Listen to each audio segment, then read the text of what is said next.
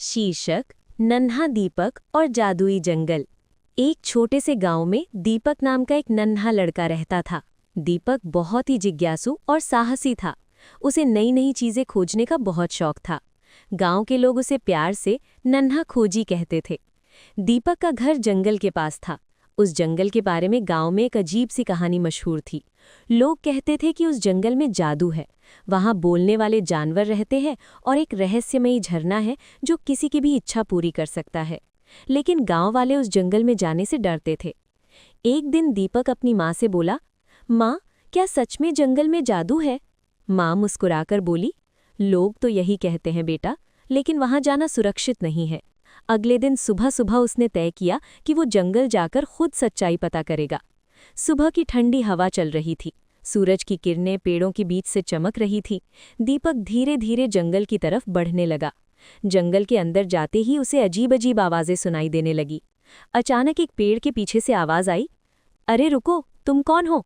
दीपक चौंक गया। उसने इधर उधर देखा तो सामने एक छोटा सा खरगोश खड़ा था।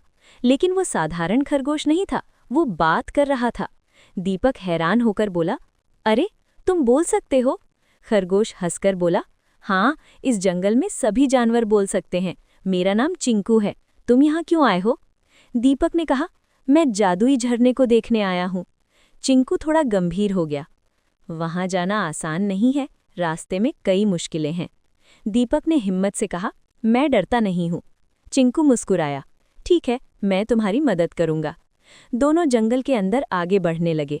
थोड़ी दूर चलने के बाद उन्हें एक बड़ा सा नदी का पुल मिला, लेकिन पुल टूट चुका था।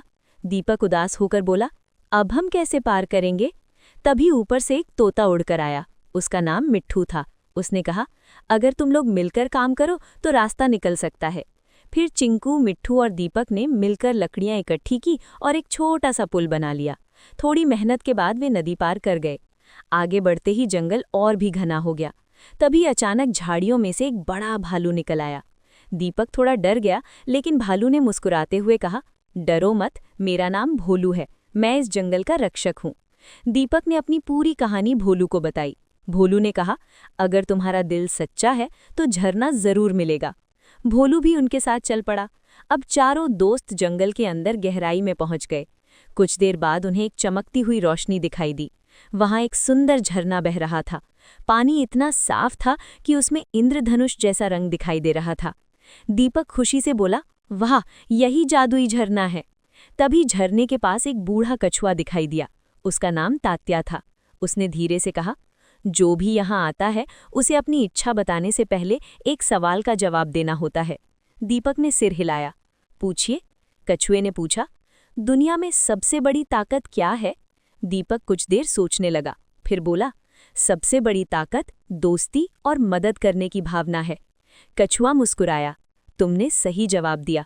तभी झरने का पानी चमकने लगा। कछुए ने कहा, अब अपनी इच्छा बताओ। दीपक ने थोड़ा सोचा और बोला, मैं चाहता हूं कि मेरे गांव के लोग कभी दुखी न रहें और सब मिलजुल कर रहें। ये सुनकर सभी जानवर खुश हो गए। कछुए ने कहा, तुम बहुत अच्छे दिल के हो, तुम्हारी इच्छा जरूर पूरी होगी। कुछ ही दिनों में गांव में अजीब बदलाव होने लगे। लोग एक दूसरे की मदद करने लगे, झगड़े खत्म हो गए, गांव खुशहाल हो गया। दीपक रोज जंगल जाता और अपने नए दोस्तों से मिलता। चिंकू, मिट्ठू और भोलू उसके सबसे अच्छे दोस्त बन गए। धीरे धीरे पूरे गांव को पता चल गया कि जंगल डरावना नहीं बल्कि दोस्ती और जादू से भरा हुआ है। और इस तरह नन्हा दीपक बन गया जंगल का सबसे प्यारा दोस्त। कहानी की सीख, सच्ची दोस्ती, साहस और दूसरों की मदद करने का दिल ही सबसे बड़ा जादू होता है। तो दोस्तों, हमारी आज की कहानी यही खत्म होती तो है। हमारे चैनल को अभी सब्सक्राइब करें। लाइक और शेयर करना भूलें।